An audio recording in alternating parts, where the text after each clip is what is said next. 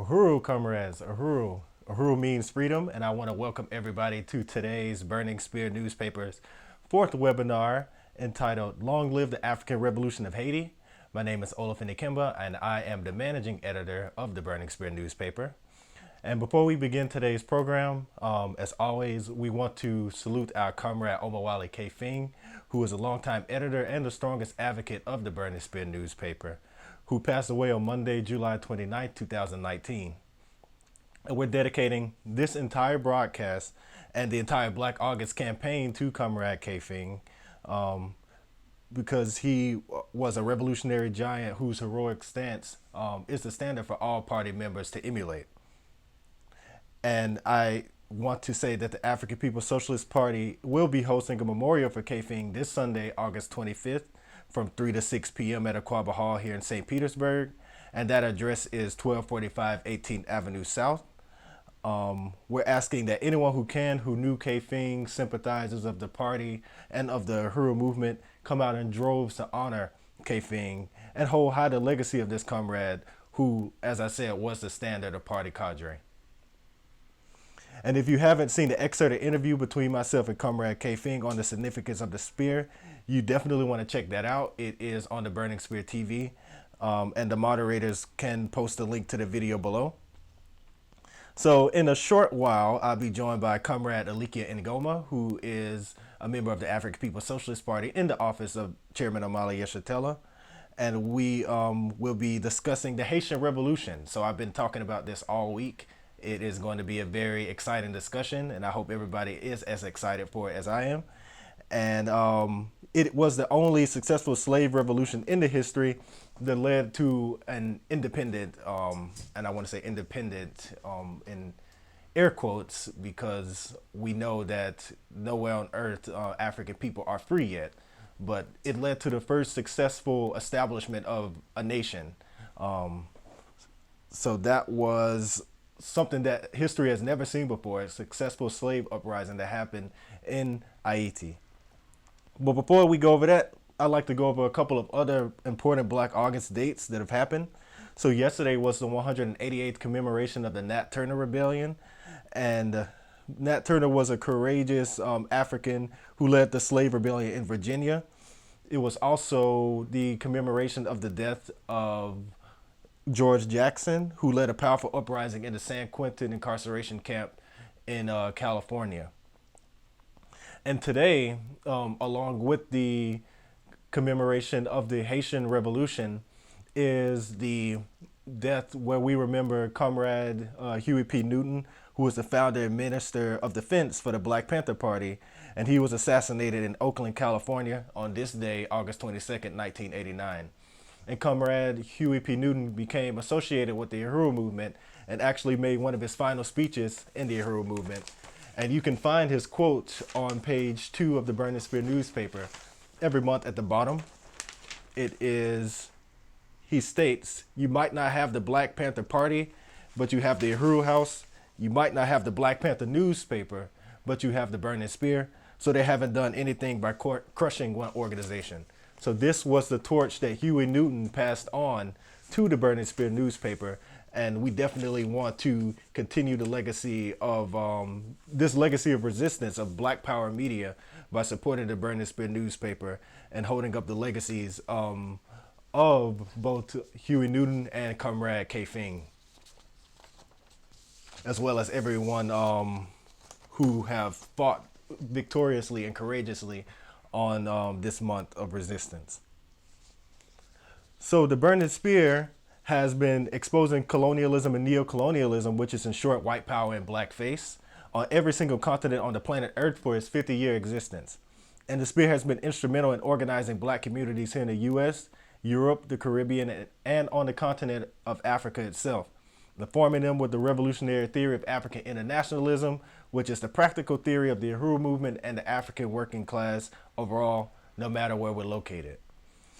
And tonight we have a goal of raising $250 that will go towards keeping the spear burning and funding our Mafundi Lake sponsor prisoner program, which was named after a heroic African political prisoner who built a powerful resistance movement inside of the Atmore Holman incarceration camp in Alabama.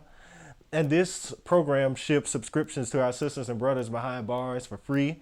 And that's pretty costly for us to do so. And so we are encouraging everyone to contribute to this because we want to keep our brothers and sisters behind bars connected to political life and just organization and analysis because they are a significant part of the African nation and the essence, the very essence of colonial resistance. We want to definitely keep this spear going into those prisons, keeping our sisters and brothers motivated, knowing that there's somebody out there fighting for them and somebody out there struggling to overturn this entire system, this illegitimate system that has no say and who should be named a criminal. So we definitely want to continue to send this spirit to those sisters and brothers behind bars. And you can visit theburningspear.com for more information on your Black Power newspaper. But before we even jump into the interview with Comrade Elikya, I just want to thank Comrade KC Mackey in St. Louis, who contributed $10 towards the Mafundi Lake Sponsor Prisoner Program. So salute KC in St. Louis. Thank you so much for the $10 that you contributed. So that leaves us with $240 that we have to raise for tonight. So definitely contribute to that. It is in the link that you can see below, theburningspear.com/donate. And you can definitely contribute to that or make a pledge towards the Mafundi Lake Sponsor Prisoner Program. So this is going to be a dynamic interview today.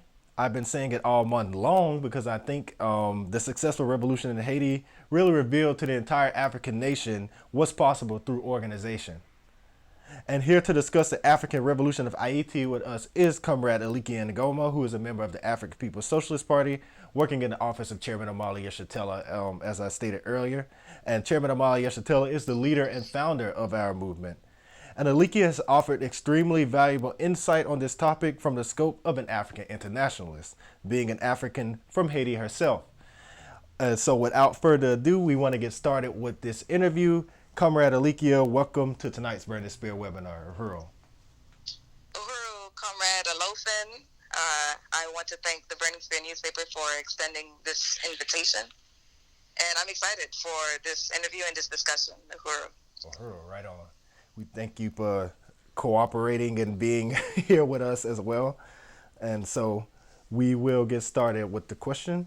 The first question that I wanted to ask you, can you tell us about the revolution in Haiti and what's significant about this? And how did the island come to be known as Haiti? Where did it get that name from? Uhuru, so I actually do want to start with the last part first. And to say that Haiti is actually the original name of the island. A lot of people think it's Hispaniola, but Haiti is the name that was given to it by the Taino people at the time. And it means the land of high mountains. It actually had three names: Haiti, Quisquia, or Boyo. And Quisquia meant the motherland, and Boyo meant like the flower, the land of flowers. So the land of high mountains. And it was after the revolution that took place in Haiti, the Africans renamed it to Haiti to remember the Taino that were killed off within 40 years of Columbus's arrival and the arrival of the Europeans. So that's how we got the name Haiti. It's to remember the original people, the original, not owners, but the original people of that land. So about the revolution itself, as you said in your intro, it was the first and only successful revolution led by enslaved Africans that guaranteed freedom. And, at this point in 2019, we can say that we are not independent, but at a period of time, especially immediately after the revolution, independence was seen. And what was most significant about the revolution was not just that the Africans there freed themselves, but they actually, just like Dessalines actually said that any African from any place in the world, if they could make it to Haiti, they would be free. And this was tested, and it was proven to be true. There was, there are accounts of boats of Africans escaping slavery from Jamaica, making it to Haiti, and the Europeans, the European slave masters demanding that the property be returned and the Haitian leaders saying, okay, we'll return you the ships, the guns, but we will not return the people, because about the revolution is that not only opening the land so that any African that made it there would be free, but also arranging to send Africans out throughout what they call Latin America, or throughout what they call South America. Oh, can I be heard? Yeah, we had an Amber Alert go off, so. Yeah, we had one on my end too, so I just wanted to be sure. Okay. But sending Africans throughout what they call Latin America and South America to organize rebellions in those countries as well. A lot of the flags that you see,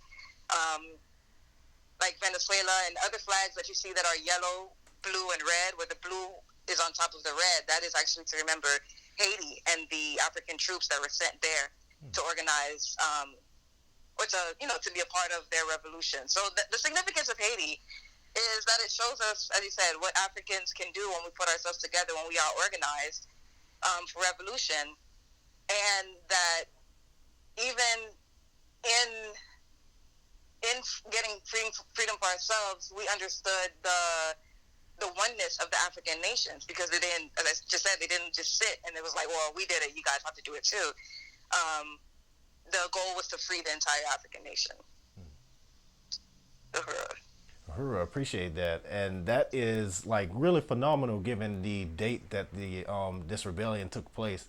How so forward thinking the Africans in Haiti were, just to really extend liberation to any African on earth. They had a sense of the African nation as we know it way back in the 18th century. And so I think that's really powerful for them to do that. And I did not know the part about the Venezuelan flag and the colors. So that is new information to me, and I definitely appreciate you for spelling out that significance for us. So, wow, that's really significant. So that is amazing. Uhuru. So thank you for that, definitely. And some attribute to success, the success of the revolution to voodoo, or like some other form of philosophical idealism. So similarly, some connect the conditions faced by Africans in Haiti today with the practice, meaning the conditions that Africans face worldwide. And can you speak to both aspects of this question? Oh, yes, that's a really good question. And that's actually debate, so to say, that's ongoing in what people would refer to as the Haitian community. So, because of the Vodou ceremony that was held on August 14th of 1791, a lot of people feel like which was when the Africans made a pact to themselves and to each other that they would, take up arms and take up what they had and fight and not betray each other.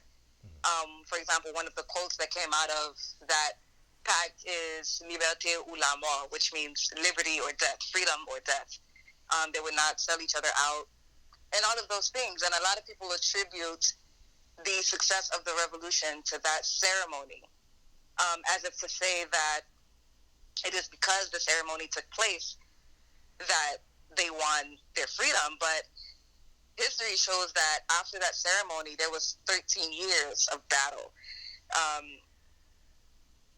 13 years of the Africans, organizing and strategizing and fighting for the freedom until they actually won their freedom, December 1803, and then we celebrate the independence January 1st. So in the communities in Haiti, you will find that both Christian groups and Voodooism groups kind of seem to agree that Voodoo gave us the independence. So that's how they understand it. And the flaw with that is that it wasn't the ceremony as much as it was what they did afterwards. Because had they just performed the ceremony and just went home and did nothing, they would not have. This conversation would not be taking place right now. Freedom was won because the Africans got up and did something. They physically got up and did it. It's not a spiritual battle, so it's not something that could be won spiritually. Right.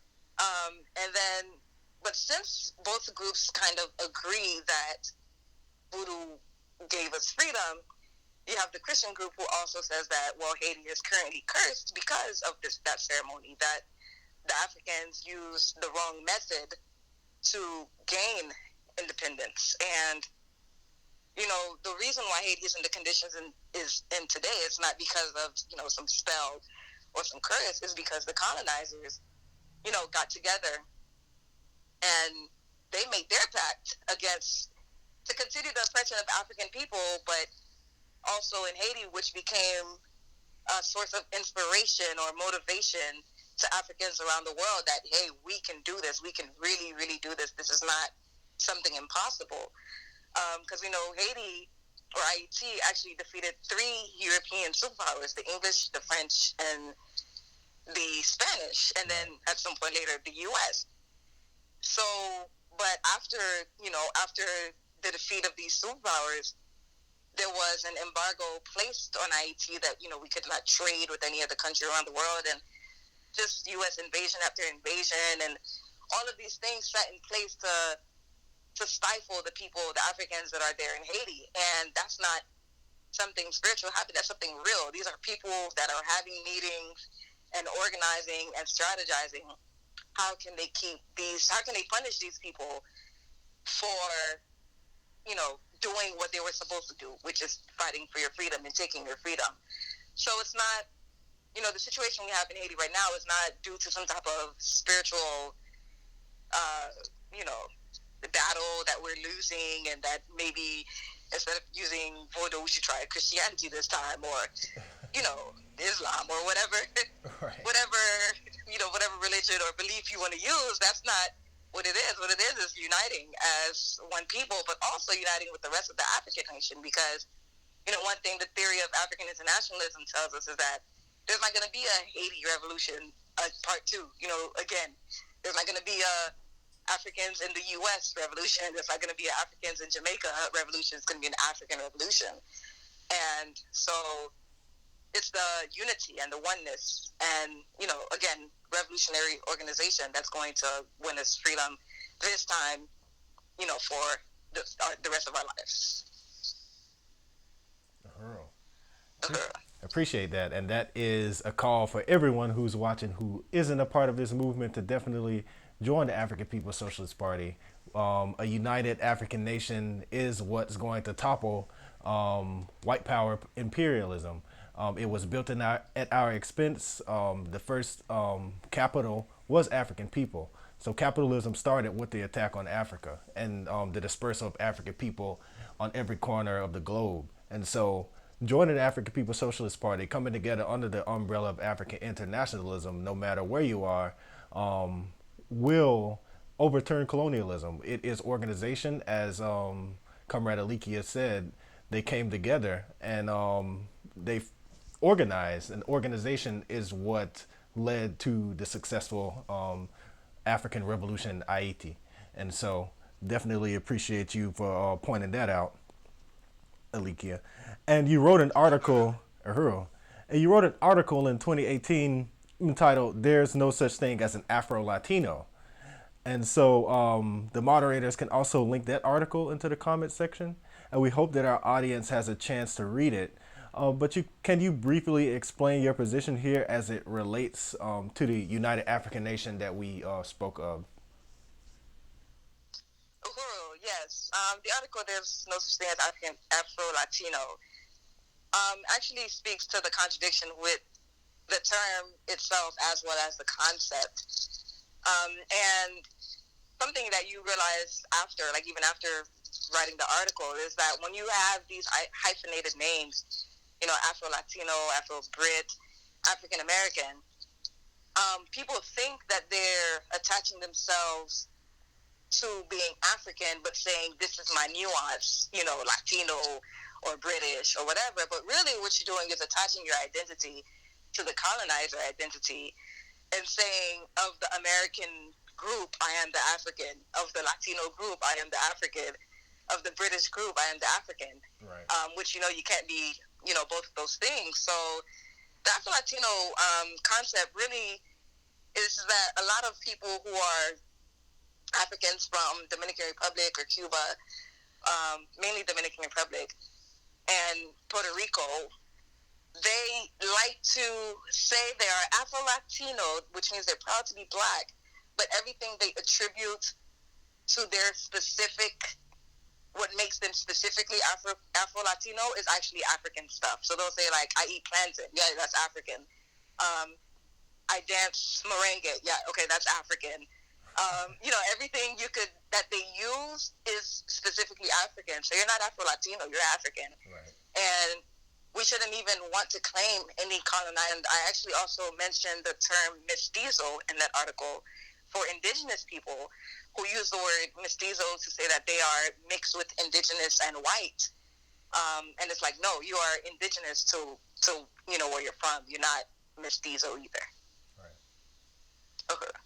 Earl, I appreciate that. And we definitely have to break out of all of these different colonial identities and colonial classifications that colonizers have given us. And Afro-Latino is definitely one of them. As like Comrade Elikya also stated, a lot of the, I won't even say influence, like we made it. Like that is directly from Africa. A lot of the different dance and culture is directly from Africa. So to say influence would just really water down the impact of African culture here that was brought here as a result of Africa being attacked and Africans being dispersed throughout the globe. And so definitely appreciate that. And I want to ask you, because you also wrote an article on the Petro Caribe report in June of this year in Haiti, and that was translated in both English and Creole. And can you give a brief summation of this and any other situation currently unfolding in Haiti? Because we know our people there face the same colonial conditions as Africans throughout the world and have to deal with the same colonial policies. And what is the way forward for Haiti? Overall, so just to give just a quick background on the Petro-Caribe situation, the Petro-Caribe program was offered to Haiti by Venezuela. And the deal was that Venezuela would sell petroleum to Haiti at 60% of the total cost. And the 40% that they were saving was supposed to be put towards different programs that would build the country during different institutions and infrastructure, schools, hospitals, and, gyms and anything you can name up like that. Well, that deal was signed in 2006, but at August of last year, actually, I believe it was August 18th exactly, it was revealed that, one, that this thing even existed. Nobody really knew that it existed, but that the money, the puppet government of Haiti blew 1.7 billion of those dollars by 2016, and then another 100 million by 2018. So 1.8 billion dollars was blown, and nobody, can say where this money went to. So the place of constant resistance, and the resistance got so high that the country was on lockdown. First by the people, because so many people were out in the streets that you could not do anything. And then by the government, because people were being punished in ways not only through, the police brutality and the gangs that are working with the police there, that the government pretends that the gangs have no affiliation with the police, but they are puppets of the police as well. But also doing things like, cutting off electricity in a country where electricity is always already pretty shaky. I know, for example, where my siblings live, they were getting 30 minutes of electricity a week. And they live in a neighborhood that was heavily in the street. So, schools were shut down. You couldn't do anything. And the current situation now is that, the Petro-Caribe demand is still very high. That article was written because one of the demands was a report on the resources. And when the report came out, a lot of people were demoralized to see exactly how the money was wasted. I mean, wasted on things like little bracelets to announce Michel Martelly's presidential campaign, and just, hundreds and $1,000 on calendars, just really stupid things. And so the article was basically to say, the report itself came out because at first the government said they would never reveal. It came out as a weapon, so that when you read exactly what was done, you feel demoralized, like, dang, like, this is really what they did with the money. But that the demand is bigger than the report. And the demand does not stop at the report. Okay, reading the report is one thing, studying it is one thing, but organizing and joining revolutionary organization is the key thing, because the key thing is freedom. So the Petrocaribe situation in Haiti now is, the movement has been hijacked. It's very similar to what happened here in St. Louis, where you had people, although the contradiction of the phrase Black Lives Matter, but the everyday person was saying Black Lives Matter, and then all of a sudden, boom, you see people that are posted as the face of Black Lives Matter totally hijacking the movement. So the same thing happened where all of a sudden you see these groups that you've never heard of, these people you've never heard of, these organizations you've never heard of. They were trying to lead marches. They were trying to lead mobilizations, and they were trying to be the face of Petrocaribe. And the people had been turned off by it. You've seen that the people would go to, it went from every single day people out in the streets, whether it's burning things or, just marching and chanting or whatever it is. So when you start seeing posters with a specific date, okay, on this day we're going to meet here at this time, you will see people not really going out to those, because if one thing, although they don't have organizations, they have resistance, they don't have revolutionary organization, but Haiti is a place that opportunism is so high there that at minimum the masses can recognize it. They may not know what the solution is, but they can recognize the opportunism. So once these fake organizations came to the forefront, you've seen that the masses kind of mellowed down a bit in terms of hitting the streets. But but with them mellowing down and being in the streets less often, the cost of everything has gone up. The cost of gasoline, which is, very, very, very vital anywhere, but especially in Haiti, because, you're not having electric stoves, you're using, gasoline for everything. So now they're resisting, I guess you could say, the aftermath, if it makes sense. They were first resisting the government and demanding that the government get out because of, it's wasting money. The government responds by limiting electricity and raising the cost of living. These fake organizations come and become the face of the movement.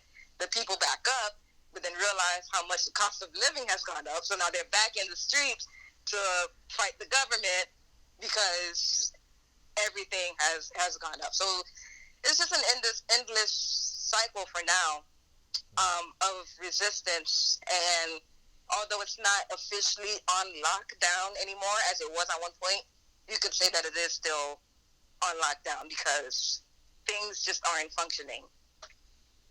Overall. I appreciate that, and definitely want to extend. I know that you do certain like posts and articles in Creole. Extend an invitation to join the Uhuru movement to comrades there to organize out there to get the Burn and Spin newspaper there, so that they have a solution. Because, like you said, they're so used to opportunism that they know what it is, but they just need to know how to address it and move forward in that manner. So definitely want to extend that invitation to anyone who may be tuning in from Haiti, and yes, we make this revolution happen all over the planet Earth where African people are located. We got to make this happen, and supporting the Burn the Spin newspaper will definitely be a vehicle by which that can happen. So want everybody to support to tonight's $250 goal, And I want to announce a few other people who have contributed to tonight's goal.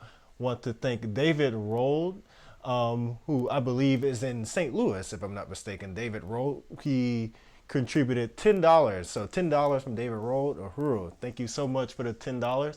And we have Lisa Watson, who donated $100 towards the Mapundi Lake sponsored prisoner. So definitely salute Lisa for that amazing amount that you just gave. So we are at 120. I'm sorry, $120 towards the Mapundi Lake sponsored prisoner. So definitely salute Lisa in Minneapolis, Minnesota, for that $100 contribution.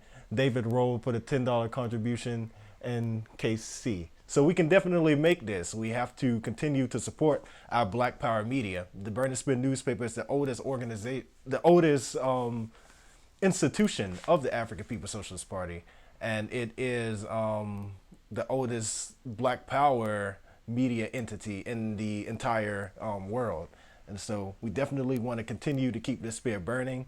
50 years this past December, and as we started off saying, I mean, we have covered so many different acts of resistance, and Huey Newton, who we recognize today, one of the giants of the Black Revolution of the 60s, passed the torch to the Burn and Spin newspaper and to the African People's Socialist Party. So they recognize the significance of this Burn and Spin newspaper, and everywhere African people are located, this newspaper has to be there to help facilitate and organize revolution. And so we are organizing towards that end, putting this newspaper behind the prisons where a lot of our sisters and brothers, as I stated, are located. Just giving them a sense of knowing that somebody is there fighting for them. Somebody is out there fighting for them and speaking in their interests. No other newspaper speaks in the interests of the African working class.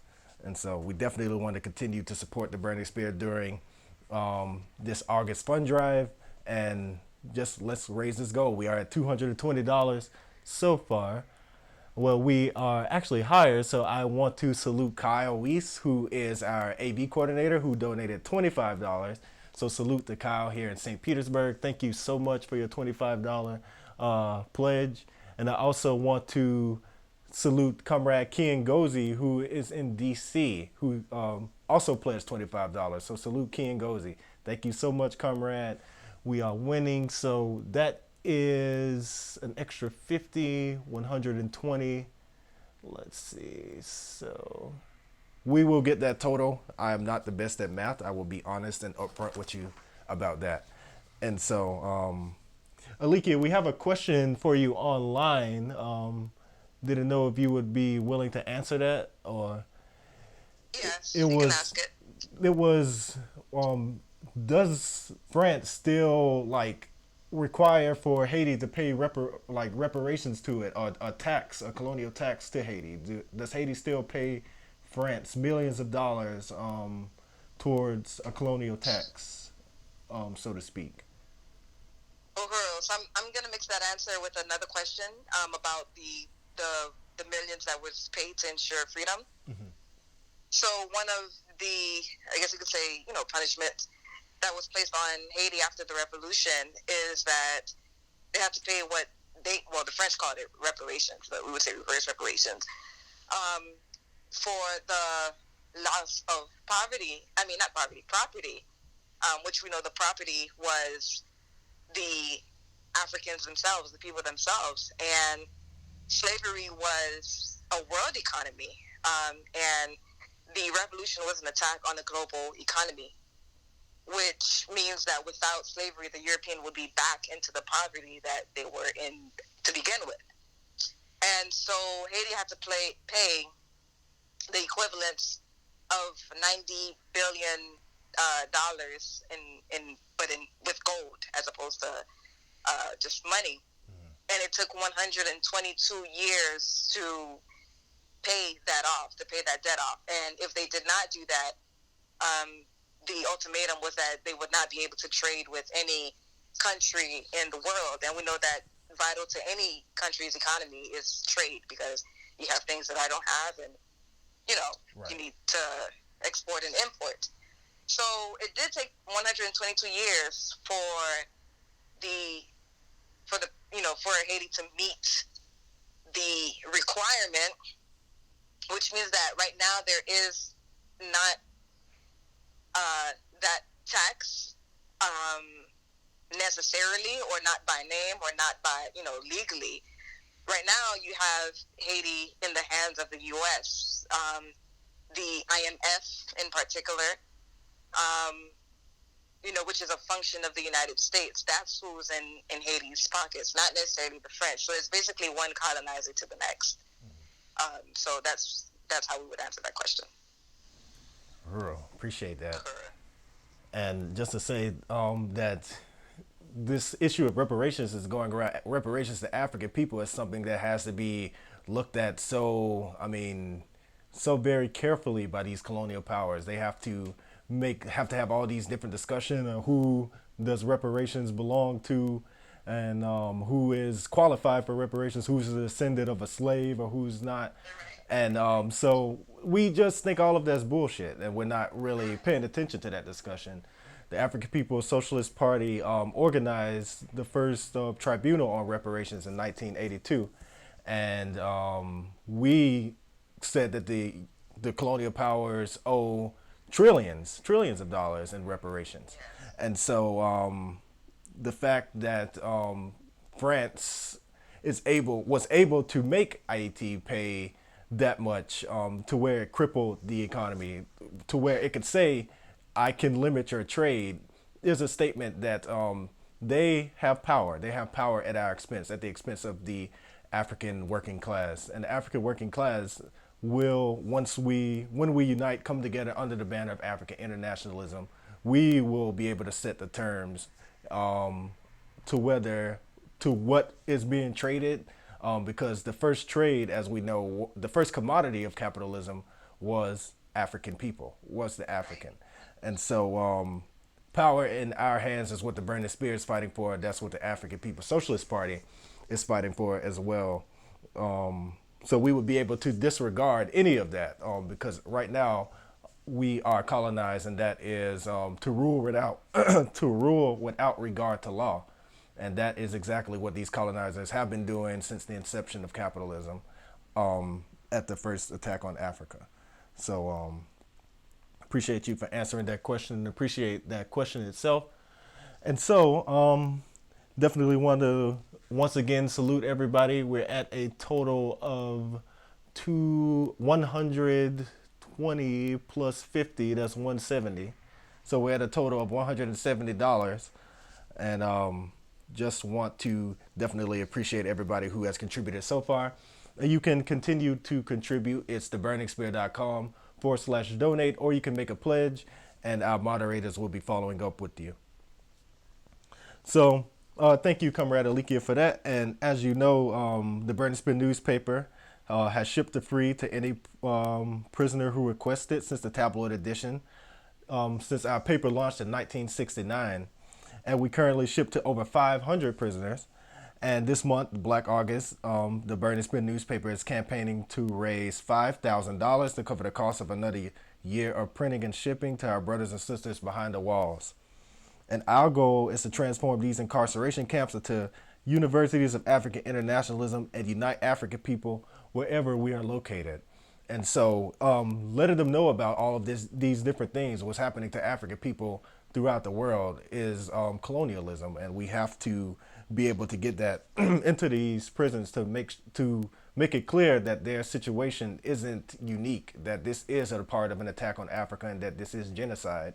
And so just really tying all of this together is important to our political prisoners, our brothers and sisters behind bars, and it's important to the entire African nation, in Haiti and Jamaica, all over the world where we're located. So with that stated, Comrade Elikya, I definitely want to thank you for joining us this evening, and appreciate you for just answering all of the questions, and the question, the curveball question, I would say, because we weren't prepared to even announce questions for online audience, but you were prepared, and I just definitely appreciate you for that, Uhuru. Uhuru, and I do want to thank, again, the Burning Spear. I do want to say to all the listeners that when the Burning Spear talks about the African nation, it is very true to its word. If you go on theburningspear.com, you can see articles written on the Congo, on Haiti, on, occupied Azania. You can read articles about anywhere, and it's from a revolutionary standpoint. It's not like any other media in existence. So I do just want to reinforce the call for people to contribute to such a newspaper that has been doing this for the nation. Uhuru. Uhuru. Thank you for that, comrade. Definitely, it's the burningspear.com/donate is where you want to go to make your contribution towards the Mapundi Lake Sponsor a Prisoner program. And yeah, definitely go to the burningspear.com, make your contribution, because with this, we will be able to move forward. And I want to thank Comrade Tama here in St. Pete, who pledged $5. So salute Tama for the $5 that you contributed towards the Mapundi Lake Sponsor a Prisoner program. All of these resources are important to ensuring that we have the tools necessary to forward the liberation of African people worldwide. And the Burning Spear is the most powerful tool in the arsenal of African internationalists. So getting this paper out there is critical, is absolutely critical. So also the analysis of the crisis of white power imperialism and the future of the African nation can't be found anywhere else except in the Burning Spear newspaper. And you can get your copy of the Burning Spear at burningspearmarketplace.com. That is burningspearmarketplace.com. Or you can check us out at theburningspear.com for your revolutionary analysis. And I just want to thank, again, everybody who donated. That is Comrade Casey Mackey in St. Louis, who did $10. Comrade David Rold in St. Louis, also, who did $10. Lisa Watson in Minneapolis, who contributed $100. So thank you so much for that, Lisa. Kyle Weiss, who contributed $25. Ken Gozi, who contributed $25 in D.C. And Kyle is also in St. Petersburg, where we're located now. Tama Gadini in St. Pete contributed $5. And Comrade Raya Fogarty in St. Louis just contributed $25 towards the Mapundi Lake Sponsor a Prisoner program. So salute Raya. Thank you so much for the $25 that you have contributed towards our goal. And Sandy in Seattle, Sandra Forrest in Seattle, has also contributed $25 towards the Mapundi Lake Sponsor a Prisoner program. So salute to Sandy and Raya for the latest two contributions to the Mapundi Lake Sponsor a Prisoner program. And so where are we? Can we get the total? I stopped left. Okay, so today's total. We're at $225, comrades. Uhuru. So right on. So we have $25 left to raise, and that's an easy amount to really contribute. So definitely put that $25 in. Anybody, if you want to, 5 people do $5. Just do that, and we will be able to reach our goal for tonight and even exceed it. We don't mind exceeding our goal, and really getting this paper into the hands of African political prisoners and Africans everywhere, just really developing the spear further into something that it needs to be for the African revolution. So I definitely appreciate everybody who contributed so far. And I'm just going to go into a few announcements for today. So the Burning Spear sales competition, the Spear sales competition is underway. And if you're interested in this if you're interested in competing, you can visit theburningspear.com/spear-sales-competition. And the moderators can post the link below. And be sure to include pictures of yourself out in the community selling those spears, because we only have a week left.